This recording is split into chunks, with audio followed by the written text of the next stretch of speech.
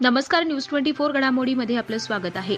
काही दिवसांपूर्वी कोतवालीच्या डीबी कर्मचाऱ्याकडून मनसे विभाग अध्यक्ष किरण रोकडे यांना मारहाण केल्याची धक्कादायक घटना घडली होती. या संपूर्ण घटनेच्या अनुषंगानं 8 फेब्रुवारी 2024 रोजी निवेदन देण्यात आलं होतं. दिलेल्या निवेदनात म्हटलं होतं की कोतवाली परिसरातील सीसीटीव्ही फुटेज तपासून या संपूर्ण घटनेचा छडा लावून या डीबी कर्मचाऱ्यावर कारवाई करा आणि त्याला निलंबित करा, अन्यथा महाराष्ट्र नवनिर्माण सेनेच्या वतीनं तीव्र स्वरूपाचं आंदोलन करण्यात येईल आणि या आंदोलनास पूर्णतः प्रशासन जबाबदार राहील, असा इशाराही मनसेच्या वतीनं देण्यात आला होता. परंतु यावर कोणतीही कारवाई झाली नसून आज पोलीस अधीक्षक कार्यालयाबाहेर उपोषण सुरू करण्यात आलंय. यावेळी शहर अध्यक्ष गजेंद्र राशीनकर, शहर सचिव संतोष साळवे, विभाग अध्यक्ष किरण रोकडे, विभाग अध्यक्ष महेश चव्हाण आदी जण उपस्थित आहेत.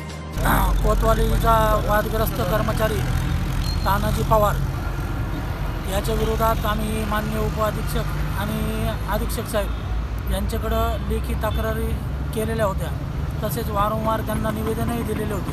त्यांना आम्ही 20 तारखेपर्यंतची मुदत दिली होती की या कर्मचाऱ्यावर कठोरात कठोर कारवाई करून त्याला पोलीस खात्यातून निलंबित करण्यात यावे म्हणून. परंतु आमची कुठलीही मागणी मान्य झालेली नाही.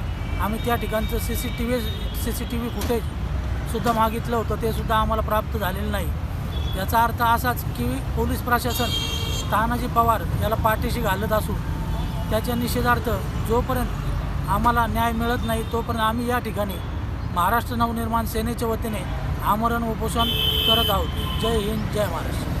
8 फेब्रुवारी 2024 रोजी माझ्या मित्राला मारहाण झाली होती.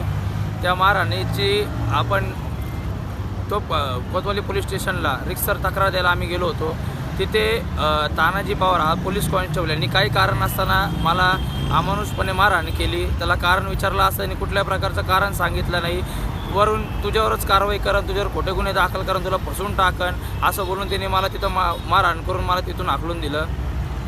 त्याच्याबद्दल आम्ही रिक्सर तक्रार ESP ऑफिसकडे केली. त्याचा पाठपुरावा देखील केला. त्यांच्यावर कठोरात कारवाई होईल याचे आम्ही निवेदनही 2दा दिले. तरी अजूनपर्यंत कुठल्याही प्रकारची त्याच्यावर कारवाई झालेली नाही. कारवाई तर सोडा, ज्या कोतवाली हद्दीमध्ये कोतवाली पोलीस स्टेशनच्या आधी गुन्हा घडला तिथले CCTV फुटेज तपासायचं पण काम अजून झालेलं नाही ना, ते आम्हाला प्राप्त झालं नाही आहे. तर कुठंतरी पोलीस प्रशासन हे तानाजी पवारला वाचवायचा प्रयत्न करत आहे का, किंवा असं काय की ज्यांनी या तानाजी पवारला एवढं पाठीशी घातलं जातं आहे.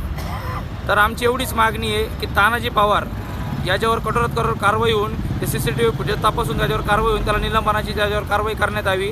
आणि ती कारवाई जोपर्यंत होत नाही तोपर्यंत महाराष्ट्र नवनिर्माण सेनेच्या वतीने इथे उपोषण करण्यात येत आहे. आणि हे उपोषण तोपर्यंत संपणार जोपर्यंत त्याच्यावर कारवाई होत नाही. प्रतिनिधी स्वामी गोसावी, न्यूज 24 घडामोडी, अहमदनगर.